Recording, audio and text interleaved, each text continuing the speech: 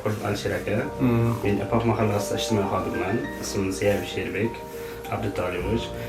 Prezidentimizning Ramazon oyida 67-sonli qarori bilan voucher ajratilibdi davolanish uchun. Mana bu. Rahmat.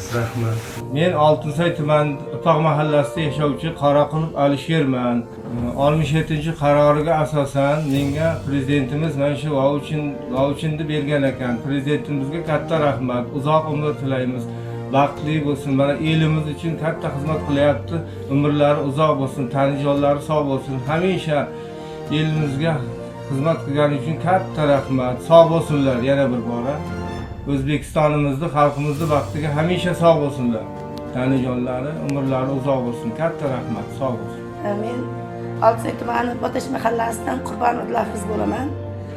Mana prezidentimizni Ro'za Ramazonga qilayotgan yaxshiliklari munosabati bilan 67-son qarori bilan menga davolanishim uchun yoki operatsiya uchun mana menga voucher shakllantiribdi. Men bundan juda xursandman.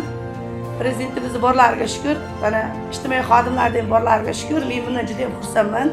Nasib kelasi Ramazon oylariga yaxshi o'ynab kulib yurishlik hammaga nasib qilsin. Bizlar prezidentimiz umrlari uzoq. Rahmat sizlarga.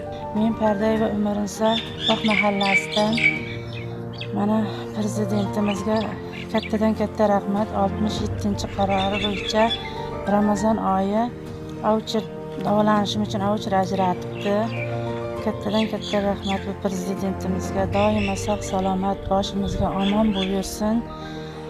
Boriga shukr, mana shu davolanishim uchun qog'ozlar ajratib bergani uchun. Men Oltinsoy tumanidan Xudoyberdiyeva Sohiba Sharafetdinova bo'laman. Prezidentimizning 67-qaroriga asosan menga mana Ramazon oyida davolanishimga yo'llanma berdi. Birinchi navbatda prezidentimizga tashakkurimni e'lon qilaman. Kattadan katta rahmat. Yurtimiz yanada yuksalaversin. Yaxshi tarafga o'zgarib, yurtimiz tinch obod bo'laversin. Prezidentimizga yana bir bor rahmat. Assalomu alaykum. Men Ibragimova Gulzor. Oltinsoy tumani Ovchi mahallasida yashayman. Ramazon oyida prezidentimizning 67-qarori asosida menga davolanishim uchun ehson hadya qilinibdi. Men bundan o'z minnatdorchiligimni bildiraman. Prezidentimga kattadan katta rahmatlar aytaman. Va men ijtimoiy xodimlarga ham o'z minnatdorchiligimni bildiraman. Prezidentimiz sog' salomat yursinlar.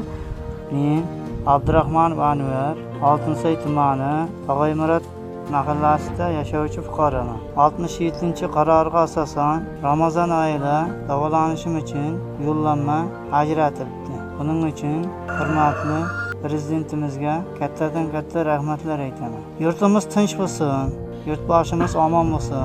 Xalqimiz, prezident buvamizga kattadan katta rahmat. Shuncha yordam qilib, qilganlari kattadan katta rahmat. Minnatdorman.